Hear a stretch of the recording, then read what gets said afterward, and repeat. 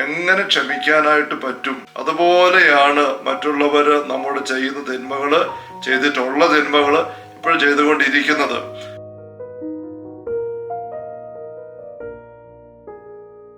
ഈശോ മിശിഹായിക്ക് സ്തുതിയായിരിക്കട്ടെ. ഈശ്വരേറ്റ സ്നേഹിക്കപ്പെട്ട സഹോദരരെ, കർത്തൃ പ്രാർത്ഥന കുറിച്ചെടുക്കുന്നതായ തിരുവചന വിചിന്തന പരമ്പരയുടെ 87ാമത്തെ സെഷനിലേക്ക് ഈശോയുടെ നാമത്തിൽ ഹൃദ്യമായ സ്വാഗതം. Hallelujah, hallelujah. 5ാമത്തെ യാചന, ഞങ്ങളോട് തെറ്റ് ചെയ്തവരോട് ഞങ്ങൾ ക്ഷമിക്കുന്ന പോലെ ഞങ്ങളുടെ തെറ്റ് ഞങ്ങളോട് ക്ഷമിക്കണമേ. അതേക്കുറിച്ച് നമ്മൾ ചിന്തിച്ചുകൊണ്ടിരിക്കുകയാണ്. അതിന്റെ ഗൗരവം നമ്മൾ നല്ലപോലെ മനസ്സിലാക്കി ഇങ്ങനെ നമ്മൾ ചിന്ത മുന്നോട്ട് ബോധ്യമെടുത്ത് നീക്കുമ്പോൾ പലർക്കും ഒരു കലക്കം, ഒരു ഉത്സാഹമില്ലാത്ത ഒരവസ്ഥ വരാം. എങ്ങനെ ക്ഷമിക്കാനായിട്ട് പറ്റും? അതുപോലെയാണ് മറ്റുള്ളവർ നമ്മോട് ചെയ്യുന്ന തിന്മകള്, ചെയ്തിട്ടുള്ള തിന്മകള് ഇപ്പോൾ ചെയ്തുകൊണ്ടിരിക്കുന്നത്.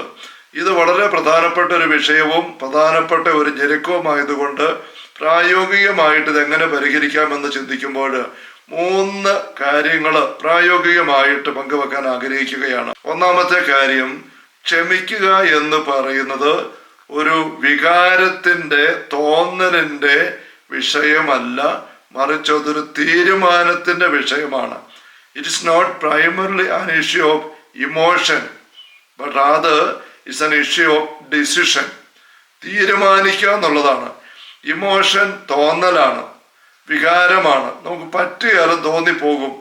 പറ്റുകയാലും തോന്നുന്ന എത്ര കാര്യങ്ങൾ നമ്മൾ തീരുമാനമെടുത്ത് മുന്നോട്ട് കൊണ്ടുപോകാറുണ്ട്. നാടും വീടും വിട്ട് കല്യാണം കഴിച്ചോ ജോലിക്ക് വേണ്ടിയിട്ടോ ദൂരേക്ക് പോകുന്ന അവസരത്തില് പ്രിയപ്പെട്ടവര് റെയിൽവേ സ്റ്റേഷനിലോ എയർപോർട്ടിലോ ഒക്കെ പൊട്ടിക്കരഞ്ഞ് പിരിയാൻ മേലാത്ത അവസ്ഥയിൽ കെട്ടിപ്പിടിച്ച് പൊട്ടിക്കരഞ്ഞ് വിഷമിക്കുന്ന അവസ്ഥയിലും പിരിഞ്ഞു പോകുന്നത് നമുക്കറിയാം. കാരണം തീരുമാനമാണ്, ഞാനിപ്പോൾ പോയേ പറ്റൂ.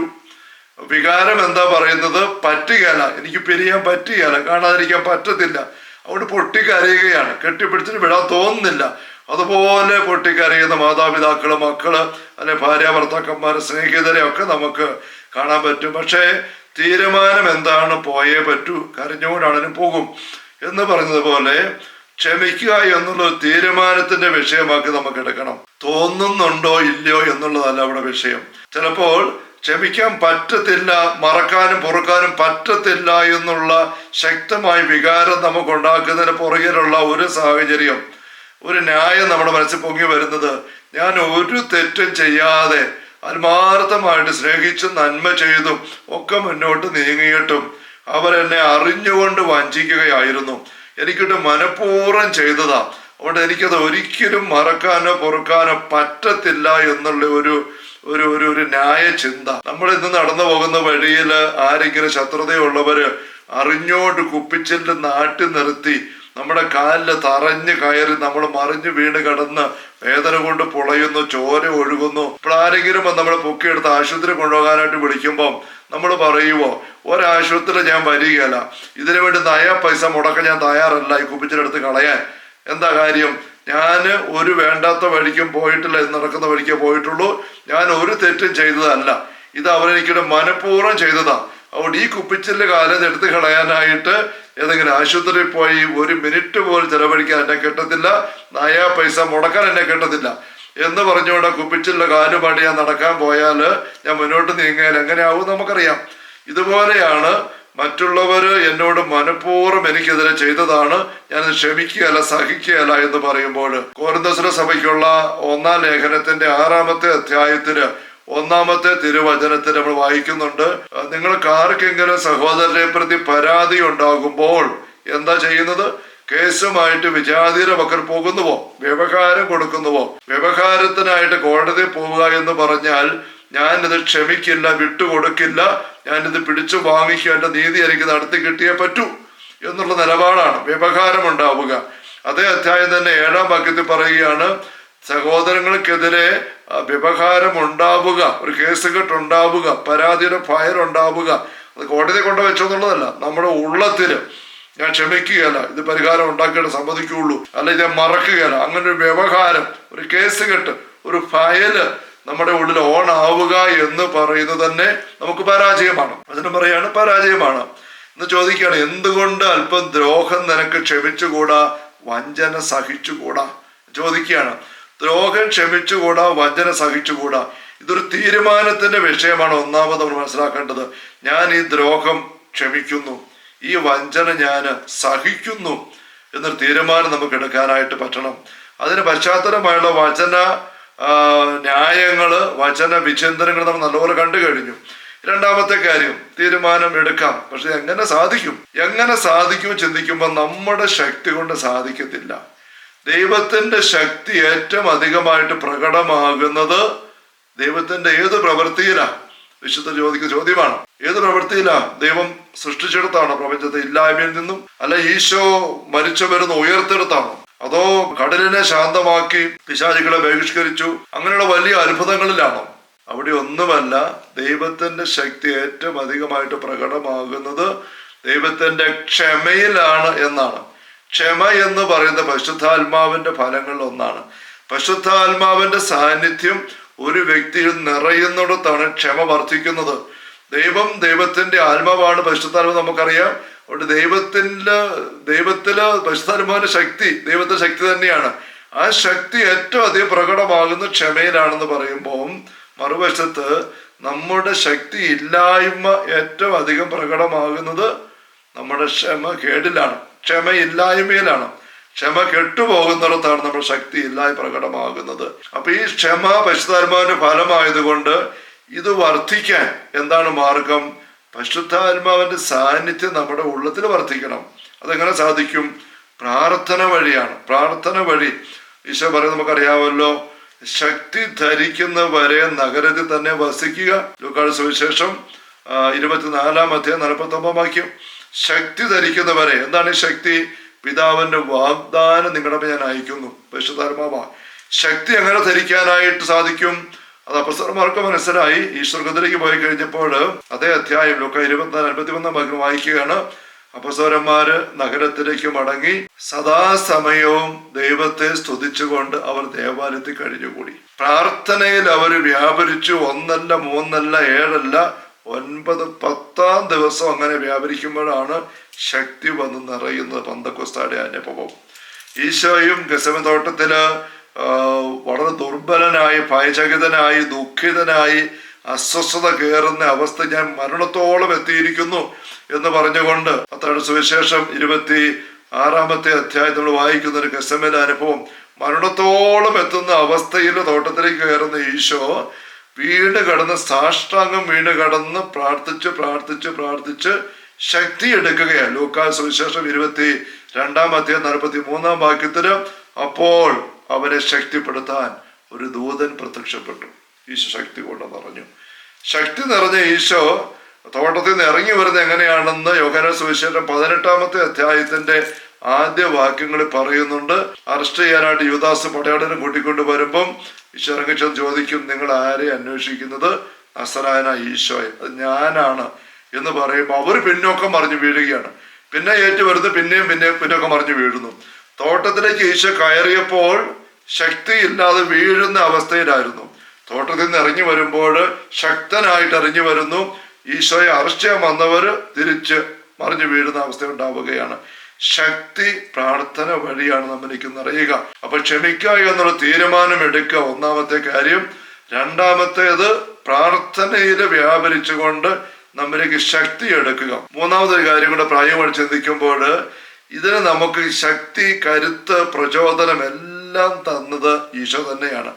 ഈശോയെ നോക്കിക്കൊണ്ട് വേണം മുന്നേറാൻ. പത്രോസിന്റെ 1-ാം ലേഖനം 2-ാം അധ്യായം 19 മുതലുള്ള വാക്യങ്ങൾ വായിക്കുമ്പം, അന്യായമായി നിങ്ങൾ പീഡിപ്പിക്കപ്പെടുമ്പോൾ ദൈവചിന്തയോടെ ക്ഷമാപൂർവം അത് സഹിച്ചാൽ അനുഗ്രഹകാരണമാകുമെന്ന് പറഞ്ഞിരിക്കുകയാണ്. ക്ഷമാപൂർവം ദൈവചിന്തയോടെ സഹിച്ചാൽ. 1 കൊരിന്തോസ് 6:7 നമ്മൾ സൂചിപ്പിച്ചു. എന്തുകൊണ്ട് ദ്രോഹം, വഞ്ചന നിനക്ക് ക്ഷമിച്ചുകൂടാ, സഹിച്ചുകൂടാ? ഈശോയെ പോലെ വഞ്ചനയും ദ്രോഹവും ഏക്കാനിടവന്ന വേറെ ഒരു വ്യക്തിയും കാണുകയില്ല. ഒരിക്കൽ അച്ഛൻ പ്രസംഗിച്ചും പറഞ്ഞു, ദൈവത്തോടും സഭയോടുമുള്ള വെറുപ്പ് വെച്ചുകൊണ്ട് ഒരു മനുഷ്യൻ തൻ്റെ കൊച്ചിന് പിശാച എന്ന് പേരിട്ടത്രേ.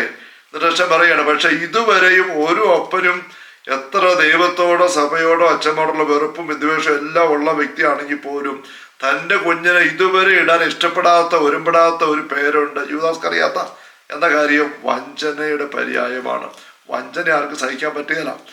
ഈശോയെ പോലെ വഞ്ചിക്കപ്പെട്ട ഒരു വ്യക്തിയെ നമുക്കറിയാം. ഈശോയ്ക്കറിയാം തന്നെ വിറ്റ 30 വെള്ളിക്കാശ് പോക്കറ്റിലിട്ട് അത് കിലുങ്ങാതെ കൈകൊണ്ട് പൊത്തിപ്പിടിച്ചിട്ട് തൻ്റെ അടുക്കലേക്ക് ആദരവോടെ കടന്നു വന്ന് കപടമായ പുഞ്ചിരിയോടെ മുഖത്തേക്ക് നോക്കി ആദരവോടെ എന്ന പോലെ ഗുരോ എന്ന് വിളിച്ച് സ്വസ്തി എന്ന് പറഞ്ഞ് കവിടത്ത് ചുംബിച്ചുകൊണ്ട് തന്നെ അപ്പുറത്ത് മരത്തിന്റെ പുറകെ ഒളിച്ചിരിക്കുന്ന മറിഞ്ഞു നിൽക്കുന്ന പടയാളികളൊക്കെ കൊലയ്ക്ക് ഒറ്റിക്കൊടുക്കുന്ന പ്രവൃത്തി ചെയ്യുന്ന യൂദാസ്കറിയാത്ത കൂടെ 3 വർഷത്തെ വളർത്തിക്കൊണ്ടിരുന്ന വ്യക്തി, അതിനേക്കാൾ വലിയൊരു വഞ്ചനയും ദ്രോഹവും വേറെ എവിടെയാ ഉള്ളത്?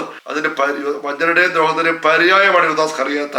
ആ യൂദാസിന്റെ വഞ്ചനയുടെ ദ്രോഹത്തിന്റെ മുൻപില് സഹി കെട്ടുപോകാതെ, ക്ഷമ കെട്ടുപോകാതെ, പൊട്ടിത്തെറിക്കാതെ ഈശോ നിന്നിട്ട് സ്നേഹിത എന്ന് വിളിച്ചുകൊണ്ട് സംസാരിച്ചു. കണ്ടോ, ക്ഷമയിലാണ് ദൈവത്തിന്റെ ശക്തി പ്രകടമാകുന്നത്. അതുകൊണ്ട് പത്രോസ് ഈ 1-ാം ലേഖനത്തിന്റെ 2-ാം അധ്യായത്തില് 19 വാക്യങ്ങൾ പറയുകയാണ്, അന്യായമായി പീഡിപ്പിക്കപ്പെടുമ്പോൾ ആ വേദനയുള്ള സഹനം ദൈവചിന്തയോടെ, കണ്ടോ, ദൈവചിന്തയോടെ, ദൈവത്തെ ഓർത്തുകൊണ്ട്, നമ്മൾ ഈശോയെ ഓർത്തുകൊണ്ട് ക്ഷമയോടെ സഹിച്ചാൽ അനുഗ്രഹകാരണമാണ്. എന്നൊരു വീണ്ടും പുസ്തകം പറയാണ്, നമുക്കൊരു മാതൃക നൽകാൻ വേണ്ടി ഈശോ നിന്ദിക്കപ്പെട്ടപ്പോൾ പകരം നിന്ദിച്ചില്ല, പീഡിപ്പിക്കപ്പെട്ടപ്പോൾ ഭീഷണിപ്പെടുത്തിയില്ല, മറിച്ച് ദൈവ കരങ്ങളിലേക്ക്, നീതിയുടെ വിധിക്ക് ദൈവകരങ്ങളിലേക്ക് തന്നെ ഫലമേൽപ്പിക്കുകയാണ് ചെയ്തത്. നമുക്കൊരു മാതൃക നൽകാൻ വേണ്ടിയിട്ടാണ്. ഹെബ്രായ ലേഖനത്തിന്റെ 12-ാമത്തെ അധ്യായത്തില് 1 മുതലുള്ള വാക്യങ്ങൾ വായിക്കുന്നുണ്ട്. നമ്മുടെ വിശ്വാസന നായകനും നാഥനുമായ ഈശോയെ മുന്നേ കണ്ടുകൊണ്ട് വേണം നമ്മൾ ഈ സഹനത്തിന്റെ ഓട്ടമോടാൻ. ഹെബ്രായ ലേഖനത്തിന്റെ 11-ാം അധ്യായത്തിന്റെ അവസാന വാക്യങ്ങള് ഭീകരമായ സഹനത്തിൽ കൂടെ കടന്നു പോകാൻ ഇടവന്ന അനേക വിഷയത്തിനെ കുറിച്ച് ചുരുങ്ങിയ വാക്കുകൾ എണ്ണി പറയുന്നുണ്ട്. എന്നിട്ടാണ് പറയുന്നത്, നമുക്ക് ചുറ്റും വിശ്വാസികളുടെ സാക്ഷികളുടെ ഈ വലിയ സമൂഹമുള്ളതിനാൽ ഈ ഓട്ടം നമുക്ക് സ്ഥിരോത്സാഹത്തിന് ഓടാം. എങ്ങനെ? നമ്മുടെ നാഥനും നായകനുമായി ഈശോയെ മുന്നേ കൊണ്ടുകൊണ്ട് വേണം. അവൻ തന്നെ എതിർത്ത പാപികളിൽ നിന്നും എന്തുമാത്രം സഹിച്ചെന്ന് ചിന്തിക്കുവിൻ. ഇപ്പോഴും ഈ പോരാട്ടം, നമുക്ക് തിന്മയ്ക്കെതിരെയുള്ള ഈ പോരാട്ടത്തില് നിങ്ങൾക്ക് ഇനിയും രക്തം ചിന്തേണ്ടി വന്നിട്ടില്ല.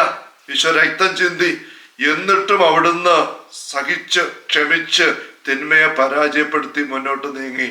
അതുകൊണ്ട് നിങ്ങൾ മനോധൈര്യം അസ്തമിച്ച് തളർന്നു പോകാതിരിക്കാൻ വേണ്ടി അവൻ തന്നെ എതിർത്ത പാപികൾ എന്തുമാത്രം സഹിച്ചെന്ന് ചിന്തിക്കുവിൻ, ധ്യാനിക്കുവിൻ എന്ന് പറഞ്ഞിരിക്കുകയാണ്. ഈശോയെ നമ്മൾ നോക്കണം. കൊരിന്ത്യർ സഭയ്ക്കുള്ള 1-ാം ലേഖനത്തിന്റെ 1-ാം അധ്യായത്തിലും 2-ാം അധ്യായത്തിൽ, പ്രത്യേകിച്ച് 2-ാം വാക്യത്തില് പൗലോസ് പറയുന്നുണ്ടല്ലോ, യേശു ക്രിസ്തുവിനെ കുറിച്ചല്ലാതെ, ക്രൂശിക്കപ്പെട്ട യേശുവിനെ കുറിച്ചല്ലാതെ മറ്റൊന്നിനെ കുറിച്ചും അറിയേണ്ടതില്ലെന്ന് ഞാൻ തീരുമാനിച്ചു. ക്രൂശിതനായ ഈശോയെ നോക്കിക്കൊണ്ട് നമ്മൾ മുന്നേറുമ്പം, പ്രാർത്ഥനയിൽ ശക്തി കിടക്കാനായിട്ട് നോക്കുമ്പം ദൈവത്തിന്റെ ശക്തി നമ്മൾ വന്നിറയും. ആ ശക്തിയുടെ കരുത്തിലാണ് നമുക്കെതിരെയുള്ള വഞ്ചനകളെ, ദ്രോഹങ്ങളെ എല്ലാം ക്ഷമിച്ച് മുന്നേറാനായിട്ട് നമുക്ക് സാധിക്കുക. അങ്ങനെ നമുക്ക് ക്ഷമിച്ച് മുന്നേറാൻ സാധിക്കുന്നില്ല എങ്കിൽ നമ്മുടെ പാപങ്ങൾ ക്ഷമിക്കപ്പെടുകയില്ല. അങ്ങനെ മറ്റുള്ളവരുടെ തെറ്റുകൾ നമ്മൾ ക്ഷമിച്ച് നമ്മുടെ പാപങ്ങൾ ക്ഷമിക്കപ്പെടുന്ന അവസ്ഥയിലേക്ക് നമ്മുടെ ജീവിതത്തെ കയറ്റിക്കൊണ്ട് വരണം. അപ്പോൾ മാത്രമാണ് നമ്മൾ ദൈവത്തിന്റെ പൈതലായിട്ട് മാറുക. അല്ലെ നമ്മൾ വെറുപ്പ് നിറഞ്ഞ് പിശാചിന്റെ പൈതലായിട്ട് തുടരുന്ന അവസ്ഥ ഉണ്ടാവുക. വെള്ളം കെട്ടിക്കിടക്കുന്ന ഒരു അടുപ്പ്, മുറ്റത്തുള്ള അടുപ്പ്, ആ അടുപ്പിനകത്ത് തീ കത്തത്തില്ല, കെട്ടുപോകുന്ന മാത്രമല്ല തീ കത്തത്തുമില്ല എന്ന് പറഞ്ഞ പോലെ വെറുപ്പ് ക്ഷമിക്കായി കിടക്കുന്ന ഉള്ളത്തില് പരിശുദ്ധാത്മാവിന്റെ ചൈതന്യം വസിക്കത്തില്ല. പരിശുദ്ധാത്മാവിന്റെ ചൈതന്യം നമ്മുടെ ഉള്ളിലില്ലാത്തപ്പം നമ്മൾ ദൈവ പൈതലായിട്ട് മാറുകയില്ല. ദൈവാത്മാവ് മൂലമാണ് നമ്മൾ ആബാ പിതാവേ ദൈവത്തെ വിളിക്കുന്നത്. റോമാലേഖനം 8-ാം അധ്യായം 14, 15, 16 വാക്യങ്ങള്. ആ പരിശുദ്ധാത്മാവിന്റെ അഗ്നി നമ്മൾ കത്തണമെങ്കിൽ വെള്ളമില്ലാത്ത അടുപ്പില് വിറക് കത്തുള്ളൂ പറഞ്ഞ തീ കത്തുള്ളൂ പറഞ്ഞതുപോലെ വെറുപ്പും വിദ്വേഷം ഇല്ലാത്ത ക്ഷമിക്കുന്ന ഹൃദയത്തെ മാത്രമേ പരിശുദ്ധാത്മാ അഗ്നി കത്തുകയുള്ളൂ. Hallelujah, hallelujah, hallelujah. കർത്താവേ യേശുമിശിഹായുടെ സമൃദ്ധമായ കൃപയും അനുഗ്രഹങ്ങളും പിതാവായ ദൈവത്തിന്റെ അവർണ്ണനീയമായ സ്നേഹവും പരിശുദ്ധാത്മാവായ ദൈവത്തിന്റെ നിരന്തരമായ സാന്നിധ്യം എല്ലാവരുടെയും കൂടെ ഉണ്ടായിരിക്കട്ടെ, ഇപ്പോഴും എപ്പോഴും എന്നേക്കും. ആമേൻ. യേശുമിശിഹായ്ക്ക് സ്തുതിയായിരിക്കട്ടെ.